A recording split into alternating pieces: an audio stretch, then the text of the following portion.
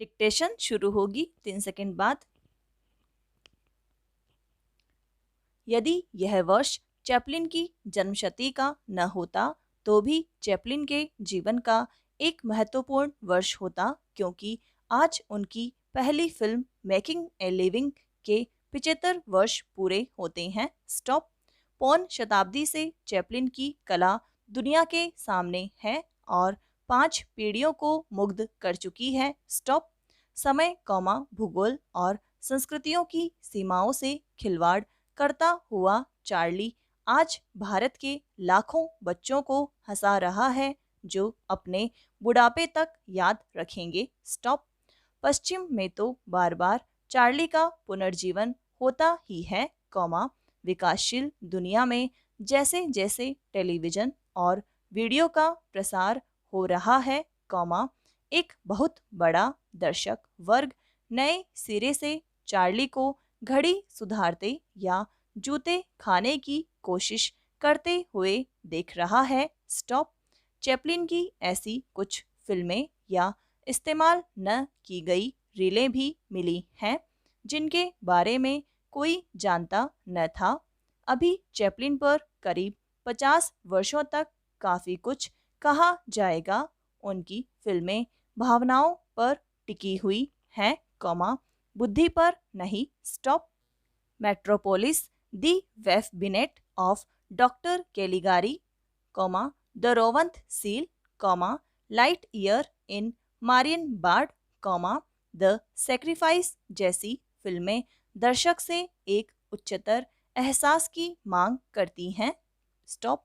Chaplin का चमत्कार यही है कि उनकी फिल्मों को पागलखाने के मरीजों, विकल मस्तिष्क लोगों से लेकर आइंस्टाइन जैसे महान प्रतिभा वाले व्यक्ति तक कहीं एक स्तर पर और कहीं सूक्ष्मतम रसास्वादन के साथ देख सकते हैं। स्टॉप। चैपलिन ने न सिर्फ फिल्म कला को लोकतांत्रिक बनाया बल्कि दर्शकों की वर्ग तथा वर्ण व्यवस्था को तोड़ा। स्टॉप।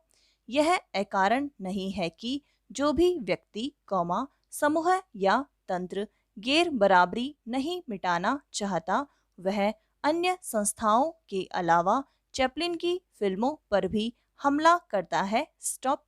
चैपलिन भीड़ का वह बच्चा है जो इशारे से बतला देता है कि राजा भी उतना ही नंगा है जितना मैं हूँ, और भीड़ हंस देती है। स्टॉप। कोई भी शासक या तंत्र जनता का अपने ऊपर हंसना पसंद नहीं करता। स्टॉप। पैरा। एक परित्यक्ता दूसरे दर्जे की स्टेज अभिनेत्री का बेटा होना, बाद में भयावह गरीबी और माँ के पागलपन से संघर्ष करना, साम्राज्य, औद्योगिक क्रांति, पूंजीवाद तथा सामंतशाही से मगरूर एक समाज द्वारा दुरदुराया जाना, इन सबसे चैपलिन को वे जीवन मूल्य मिले जो करोड़पति हो जाने के बावजूद अंत तक उनमें रहे। स्टॉप।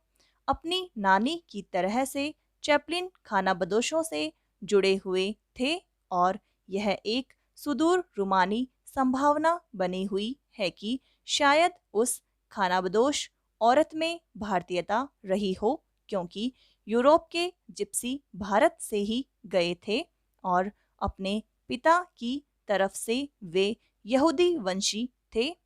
इन जटिल परिस्थितियों ने चार्ली को हमेशा एक बाहरी घुमंतू चरित्र बना दिया। स्टॉप।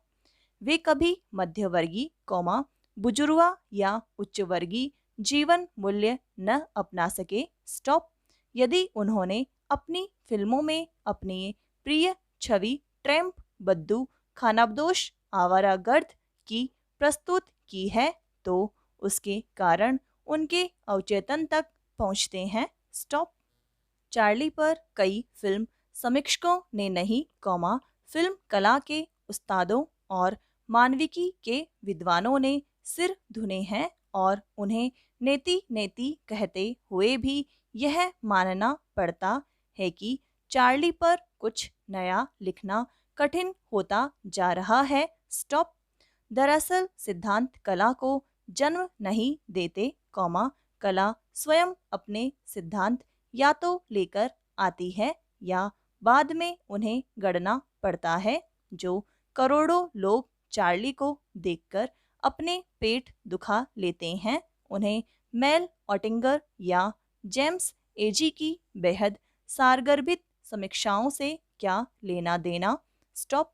वे चार्ली को समय और भूगोल से काटकर देखते हैं और जो देखते हैं उसकी ताकत अब तक ज्यों की त्यों बनी हुई है। स्टॉप।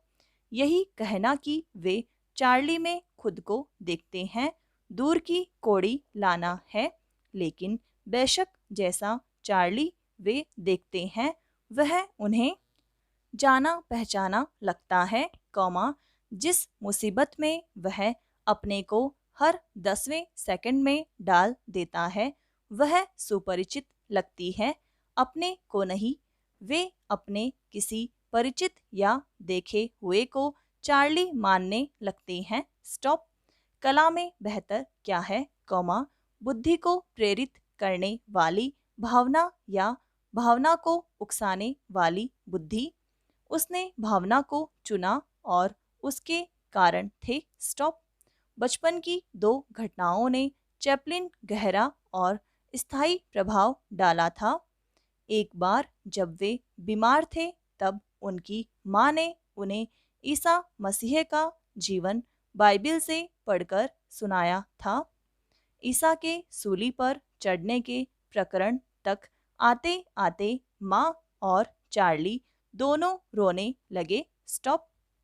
अपनी आत्मकथा में चैपलिन लिखते हैं कि ओकले स्ट्रीट के तहखाने के उस अंधियारे कमरे में माँ ने मेरे सामने संसार की सबसे दयालु ज्योति उजागर की, जिसने साहित्य और नाट्य को उनके महानता और समृद्धतम विषय दिए हैं, स्नेह, करुणा और मानवता। दूसरी घटना भी कम मार्मिक नहीं है। स्टॉप। बालक चार्ली उन दिनों एक ऐसे घर में रहता था जहां से कसाई खाना दूर नहीं था। स्टॉप। वह रोज सैकड़ों जानवरों को वहां ले जाया जाता देखता था। एक बार एक भेड़ किसी तरह जान छुड़ाकर भाग निकली। उसे पकड़ने वाले उसका पीछा करते हुए कई बार फिसले, गिरे और पूरी सड़क पर ठहाके लगने लगे। स्टॉप। आखिरकार उस गरीब जानवर को पकड़ लिया गया और उसे फिर कसाई के पास ले जाने लगे। तब चार्ली को एहसास हुआ कि उस भेड़ के साथ क्या होता होगा। वह रोता हुआ माँ के पास दौड़ा, उसे मार डालेंगे। स्टॉप। बाद में चैपलिन ने अपनी आत्मकथा में लिखा कि वसंत की वह बेलोस दोपहर और वह मजाकिया दौड़ कई दिनों तक मेरे साथ रही और मैं कई बार सोचता हूँ कि उस घटना ही ने तो कहीं मेरी भावी फिल्मों की भूमि तय नहीं कर दी थी। स्टॉप। पैरा। त्रासदी और हास्योत्पादक तत्वों के सामंजस्य के नाम भारतीय कला और सौंदर्य शास्त्र को कई रसों का पता है, उनमें से कुछ रसों का किसी कलाकृति में साथ साथ पाया जाना श्रेयस्कर भी माना गया है। जीवन में हर्ष और विषाद आते रहते हैं, यह संसार की सारी सांस्कृतिक परंपराओं को मालूम है, लेकिन करुणा का हास्य में बदल जाना एक ऐसे रस सिद्धांत की मांग करता है जो भारतीय परंपराओं में नहीं मिलता। स्टॉप। रामायण तथा महाभारत में जो हास्य है वह दूसरों पर है और अधिकांशतः वह प्रसन्नताप से प्रेरित है। स्टॉप। जो करुणा है वह अक्सर सद्व्यक्तियों के लिए और कभी कभार दुष्टों के लिए है। स्टॉप। समाप्त।